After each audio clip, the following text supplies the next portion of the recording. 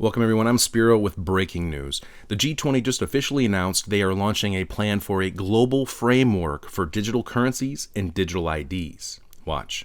Laying the building blocks for a globally coordinated and comprehensive policy and regulatory framework for crypto assets.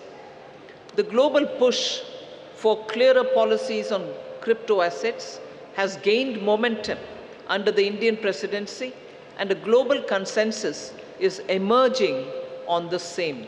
The presidency will support the IMF and the FSB, and FSB is also setting the contours of the regulatory framework for a globally coordinated approach to crypto assets. So the presidency, with the support of IMF and the FSB, is setting these contours.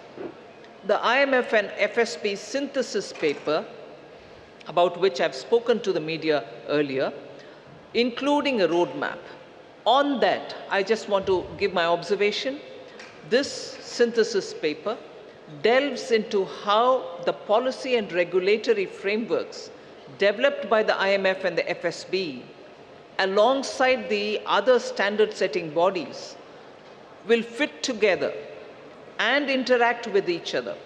This paper is now available in the public domain for all of you all to see. Now, crypto was initially portrayed as a way to decouple from the central banks and to provide a layer of anonymity, just like using cash, right? But that's not what this is at all. In fact, it's quite the opposite. This is about the rollout of central bank digital currencies, or CBDCs.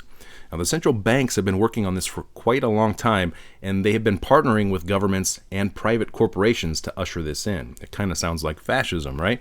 But what does it mean?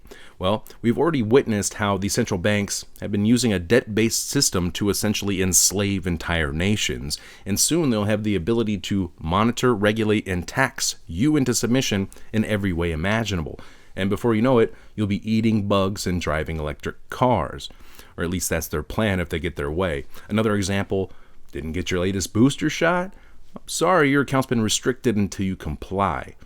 And at this point, we can start to see how the climate lockdowns don't seem too far-fetched after all, because we are witnessing the foundation of the social credit system being rolled out right now before our eyes. And if this sounds extreme, it's because it is.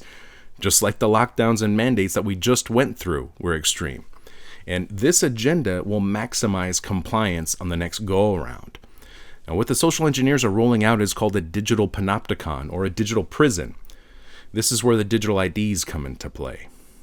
The third one, which I'd like to draw your attention to, is the financial inclusion and productivity gains through digital public infrastructure. India, as you all are aware, through the India Stack, became the first country to develop all three foundational DPIs: the digital identity, the real-time fast payment, and a platform to safely share personal data without compromising privacy. So embedded this concept in the G20 financial inclusion agenda by formulating G20 policy recommendations for advancing financial inclusion and productivity gains through digital public infrastructure. The fact they're announcing it now means they're about ready to roll it out. And once we go down this road, I'm not sure we can come back. The G20 announcement also coincides with what I believe Elon Musk has planned for X, as they have recently announced they've obtained approval for payments, including cryptocurrencies, and will begin to collect users' biometric data and other personal information this month. Kind of sounds like compliance with the global digital ID agenda that was just announced at the G20, but that's just my opinion, right? Maybe, maybe not. I hate to say it, folks, but it looks like the conspiracy theorists were right again.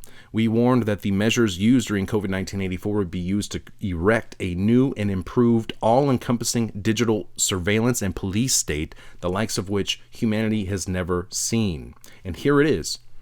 It's disguised as a solution, as progress, as inclusion, so no one's left behind. Because at the end of the day, we will all be slaves under this new system of control.